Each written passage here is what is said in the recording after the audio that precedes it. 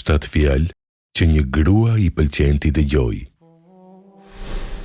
Gruaja është krijuar nga Allahu i lartësuar për të qenë qetësi, stre, siguri dhe frymëzim për mendimet, si dhe burimi i dashurisë. Për shkak të natyrës dhe krijimit të saj, ajo është një qenie emocionale, me shqetësime që përputhen me tiparet e saj të brendshme.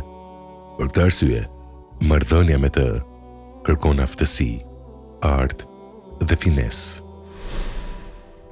Profeti alayhi salam e ka krahasuar gruan me një endë të brisht dhe na ka urdhëruar të sillemi me butësi me të, duke thënë: "Silluni me butësi me enët e qelqta."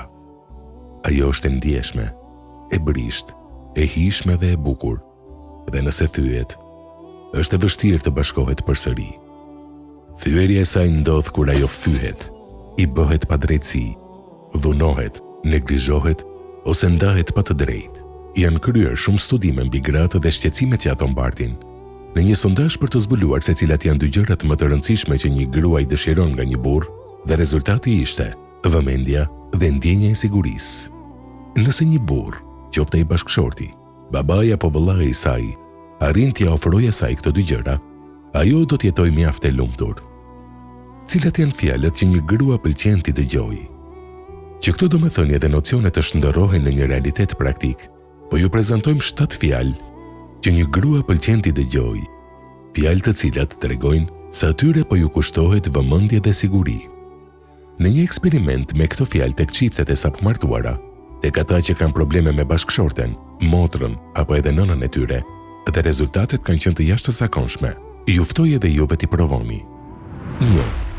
Të lavdërosh inteligjencën dhe mënyrën e të menduarit të saj, duke i thënë në disa raste: "Je shumë e zgjuar", dhe ideja jote më ndihmoi ta kaloj këtë problem. Kjo fjali bën që një grua apo vajzë ta kuptojë se ka një rol të rëndësishëm në jetën tënde, gjë që e rrit besimin dhe dëshirën për të dhënë më shumë. Këtë e quajmë bukuria intelektuale. 2. Të flasësh për bukurinë e saj, veçanërisht për pamjen e saj fizike, që quhet bukuria trupore. Një grua kujdeset shumë për trupin e saj, e vështron shpesh dhe intereson mendimit të tjerëve për të. Mund të lavdërosh pamjen, trupin, veshjen apo parfumin e saj, sepse këto fjalë japin kënaqësi dhe e bëjnë të ndihet e vlerësuar. 3. Të shprehësh rëndësinë e marrëdhënies tuaj dhe t'i konfirmosh asaj se je krenar për të.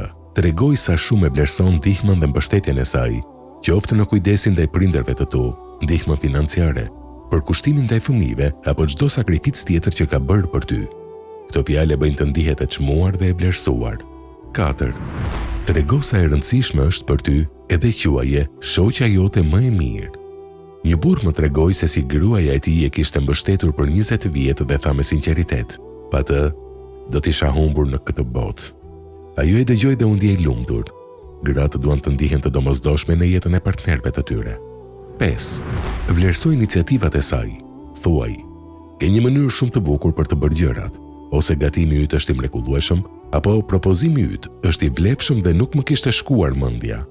Një fjalë e vogël mund të bëjë një ndryshim të madh për të. Flit për marrëdhënien tuaj dhe lavdëro feminitetin e saj. Kur një burr vlerëson anën femërore të gruas së tij dhe e bën të ndihet e dëshiruar, ajo ndihet më e lumtur dhe më e sigurt në veten e saj. 6. Bëje të ndjejë që e mbron edhe pse mund të mbrohet vetë. Ajo dëshiron të ndihet e sigurt. Prandaj nëse ndodh një situatë në familjen tënde apo në rrethin tuaj shoqëror ku ajo ka nevojë për mbështetje, qëndro për krah saj. Momente të tilla nuk harrohen kurrë. 7. Dëgjoje pa e ndërprerë. Shpeshherë, ajo nuk ka nevojë për zgjidhje, por për dikë që e dëgjon dhe e kupton. Nëse tregon interes për fjalët dhe ndjenjat e saj, ajo do të ndjejë dashurinë dhe respektin tënd.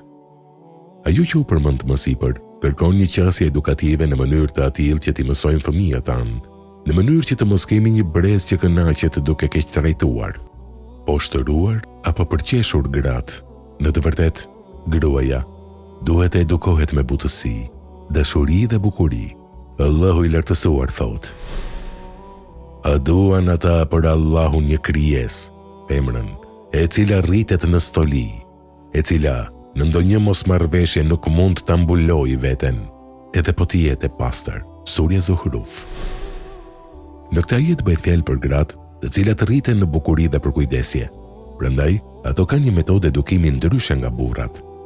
Gabimi më i madh që një burr mund të bëjë është ta trajtojë një grua si burr, sepse kjo është një gjuhë që ajo nuk e njeh, nuk e kupton dhe madje e bezdis. Sjellja e profetit alayhi selam me gratë e tij. Profeti Muhammed alayhi selam na dha shembullin më të mirë në sjelljen ndaj grave. Ai e mbrojti Aishën kur babai i saj donte ta ndeshkonte. Tha hapur se ajo ishte personi më i dashur për ta. Qeshi, bisedoi dhe dëgjoi me vëmendje. E ka ndihmuar Safien të hipte në TV duke i ofruar gjurin e tij si mbështetje. I fshiu lotët me dorën e tij kur ajo qau. Vazhdonte të respektonte mikeshat e Hatixhes edhe pas vdekjes së saj. Të gjitha këto veprime tregojnë fjalët dhe gjestet që gratë dëshirojnë të dëgjojnë e të ndjejnë.